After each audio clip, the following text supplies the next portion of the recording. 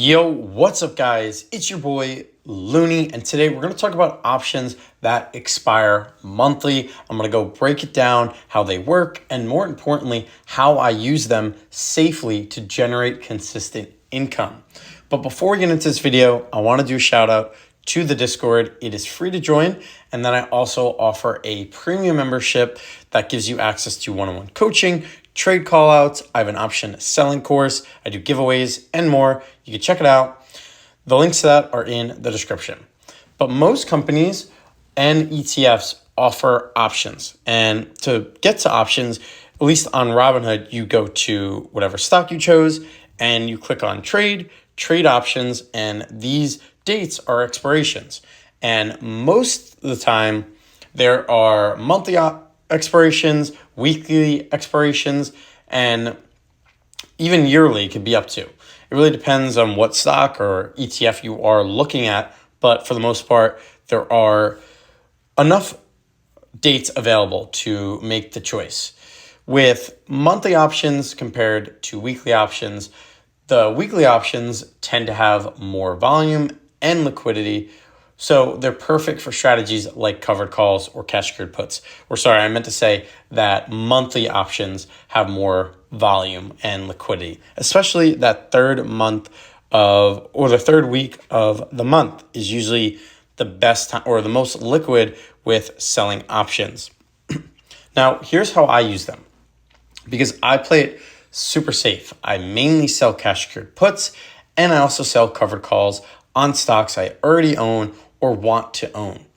So we can look at Oscar as we have it pulled up. Since I already own 100 shares, I am able to sell a covered call. This one expires next week, but if you pay attention downwards, I also have a cash secured put. I have these, and this one expires in a month. And if things go well, if Oscar stays above $13, I'll realize that gain of $50, and therefore I'll get my $1,300 back because it is the strike price, the 13 times 100.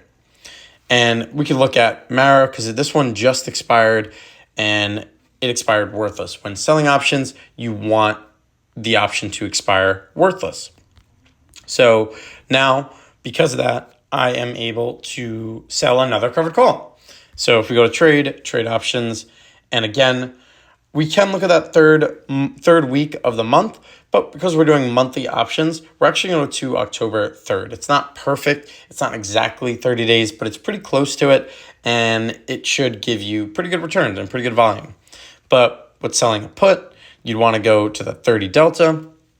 So this $14 one, you'll collect that premium of $46, and you just let it sit there. And if things go your way, you get your cash back and you realize that gain of $46. Now, on the other side, selling a covered call, same idea with the deltas. You want to choose that lower delta, and that would be that $20 where it's 18 delta. I usually like to have my covered calls with lower deltas because of share appreciation. At least I get some room for that. And although you collect less premium, that's perfectly okay with me as long as the stock rises and I don't get my shares called away. So these lower deltas means there's less likelihood of it expiring in the money. And in the money is anything below this line, or at least with selling covered calls, it's below this line, whereas selling puts, anything above the line is in the money, which is not good. Or not that it's not good, but that's where you're gonna have to manage it, decide whether you wanna get assigned, whether you wanna get the shares or you wanna sell the shares, whether you wanna roll, and there's a little bit more management. So choosing lower deltas is safer and you get that premium. So why I think monthly works well. The reason I like monthly expirations is because it gives me enough time to manage the trade. Weeklies can be fun and they're good for reputations or reps, and they're pretty good for beginners if you want to get those reps in, but they can move fast and be stressful. Whereas monthlies decay a little slower at first, but as expiration gets closer, that time decay really accelerates. And that's what works in my favor as the seller. Sometimes I will close a option early just to get that realized gain out of the way. And I only do that if I'm up like 80% and there's still a lot of time left. But otherwise, I usually just let it expire worthless, get my cash back or get my shares back, and I could do the strategy over and over again. So yes, options that expire monthly are a great way to play it safe while still generating steady income. I don't gamble with them. I stick to covered calls, cash secured puts, and defined risk spreads when needed. Because we look down here, I also have credit spreads. They're very similar to cash secured puts or selling covered calls, but you have that extra leg and they're more defined risk, which therefore it can be a little bit cheaper. So this HIMS play, where HIMS is getting a little bit of heat right now, and the past month it is down 34%. And I'm trying to take advantage of this by buying the dip and setting up this credit spread, this put credit spread of $37 and $35 spread.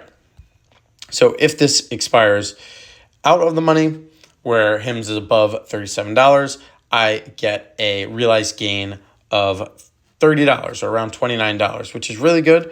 I think that's really good in a month because I only had to put up $200 because it's the difference of the spread. So if it goes my way, I will get that $30 or $29. If it doesn't, unfortunately, with these spreads, you realize a loss, you can't really manage it that well. I end up just usually closing for a loss, although you can roll it or you can play it a little different. But with the one legs, which is doing cash secured puts and covered calls, it's actually a good thing to get assigned, especially if you want the shares. But when you're doing credit spreads, ideally you don't want to be in the money and you don't want to risk assignment. So I'll end up closing this early, either in my favor or against it. But again, time is on my side, so I'm simply just waiting it out to let time decay do its thing. Until next time,